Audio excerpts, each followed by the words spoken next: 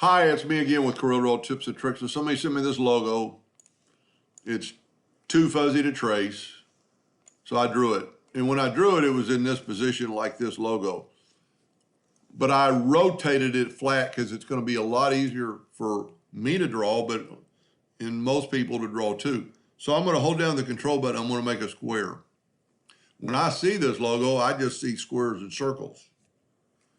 Control D and make a duplicate, and then hold down the shift key and bring in that circle or that square. Now get a circle, holding down the control button to make it perfect. Bring it over to your item. We're a little bit big, so we'll hold down the shift button and it'll grow from the inside. And then I'm gonna, my nudge distance is still set real low, so I'm gonna leave it, do that right there. Now, in this, it looks like right now, this has more of a curve than this logo. So I don't even think the logo, this particular one, is not very good. If you notice, this has a flat spot where this doesn't. So I tell you what, let's do this one over here. Let's bring it over here. Well, now it kind of disappears. So what we can do now, and this is the other part of drawing at this angle instead of at a 45-degree angle, we need another rectangle to cut through that red, or cut through that part of the, now it's going to go from a circle to a C. And I really want to make this flatter somehow. And see how that just looks like it's flat? The circle doesn't start. So we could try maybe taking a 2-point line, but we'd want it perfect. And the person I'm doing the video for, you might have a better picture to see what's going on. Well, so whenever you do that, I just didn't get quite enough to the line, so get your shape tool and you can see we have a leak. Now we won't have a leak, so don't really have to cut this out, but I'm going to. And then I'm going to cut this out and that out, cut that out, cut that out. All I'm doing is making a spot for the, and I don't like the way that looks, so I'm going to bring that up a little bit and then have these two guys meet.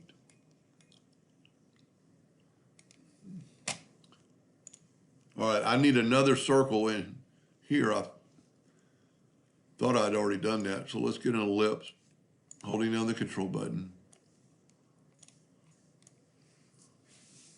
We need to make it a little bit bigger. See, it's so fuzzy, you can't tell. Holding down the shift key, and then let's nudge it down ever so slightly. Now, before I deleted that, I should have not done it. So I can take these two nodes, holding down the control button and get to there. Now I can delete these. Now here's kind of the cool part. I'm gonna set my nudge distance on, see how big this thing is. Well, it's big. So I'm gonna set my nudge factor on 4 inches. And I'm gonna take my Smart Fill tool, set on black, and I'm gonna fill that in. Then I'm gonna nudge it over. Now there's no way, and I could have done a little bit better job of that. And like right now is when you wanna do it. After you do some other things, you're not gonna wanna change it. We'll take the smoothing tool and just ever so slightly take that off. Now, how can you rotate something that doesn't, the rotation here is not gonna work. Take your Smart Fill tool this time and we'll fill it with yellow, and we can get the center of that. So let's get this indexing line, and it should snap right to the center. Get another indexing line, have it snap right to the center. Now, Control D and make a duplicate of our item, move our center rotation to the center of that block and rotate it 90 degrees. Control D, Control D. Get rid of your yellow box. Now these are 4 parts, so we can use the boundary tool. I'm going to move the boundary out of the way. I'm going to go to Object.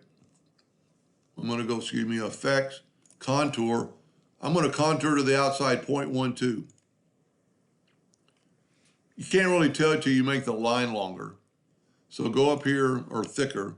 So break contour apart, move that over, and now kind of bring in your other drawing so you can see it. And we might need to make it a little bit different, but now you can use your, let's go 2 points.